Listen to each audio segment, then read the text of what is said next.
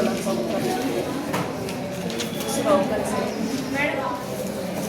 चौथीचं कसं चालू केलं. विद्यार्थी मित्रांनो, आपण आज कोणता पाठ शिकणार आहोत? भूगोल. विषय भूगोल आणि पाठाचे नाव आहे ऋतू निर्मिती. ऋतू माहिती आहे सगळ्यांना? हो. कोणते कोणते असतात सांगा बरं? उभं सांगायचं.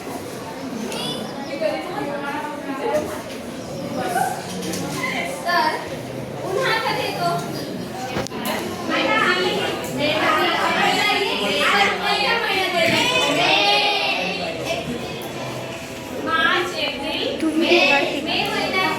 दोन काढायला का बरं? त्यावेळेला आपल्याला काय असतात साड्या? पावसाळा कधी येतो? ह्या वर्षी तसं झालंय की पावसाळा आपल्याला मे पासून स्टार्ट झालाय. मध्यंतरी म्हणतात उन्हाळा, पावसाळा आणि हिवाळा. हिवाळा कधी असतो? नोव्हेंबर, डिसेंबर, जानेवारी. हे 3 महिने आपण तीन महिन्यांचे काय असतात आपले हे आपण ऋतू बघत असतो. तर या पाठात आपण काय शिकणार आहोत? दिनमान आणि रात्रमानात बदल, परत सूर्याचे भासमान, भ्रमण आणि ऋतू कसे निर्माण होतात हे आपण ह्या पाठात स्पष्ट केलेले आहे. पाठाचे नाव काय आहे? अरे उकार चुकतोय ग.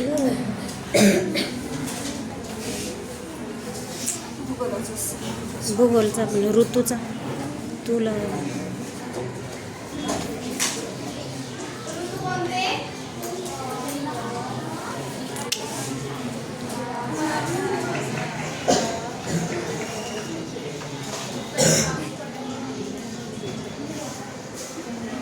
दोघांना कापड काढायला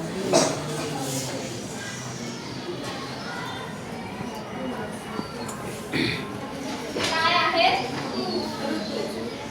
तर मला आता सांगा, परिभ्रमण कशाला म्हटले जाते? परिभ्रमण कशाला म्हटले जाते? पृथ्वी स्वतःभोवती फिरते त्याला काय म्हणतात? परिभ्रमण. आणि आणखी सूर्याभोवती परिभ्रमण.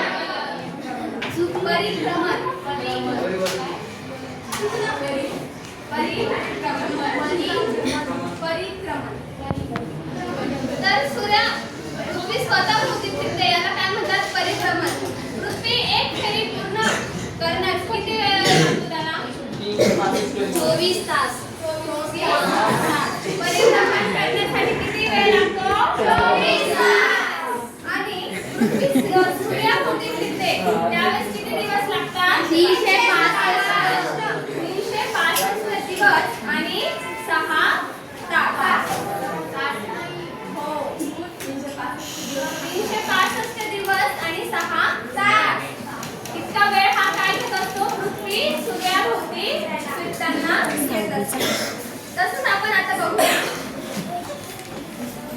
इतर काही प्रश्नांची. बघा, साधारणपणे जून, सप्टेंबर व डिसेंबर महिन्यातील दिनमानाच्या नोंदीवरून सर्वात मोठा दिवस कोणता असतो?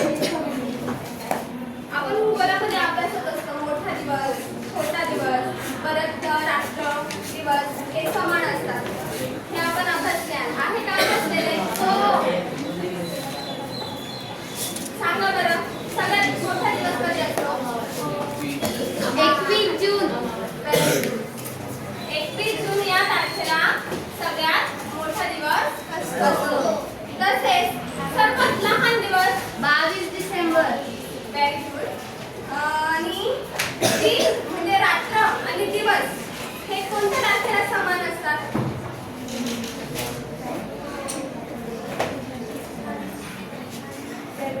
पुस्तकातून 21 मार्च आणि 23 सप्टेंबर ह्या दिवशी दिवस आणि रात्र हे काय असतात?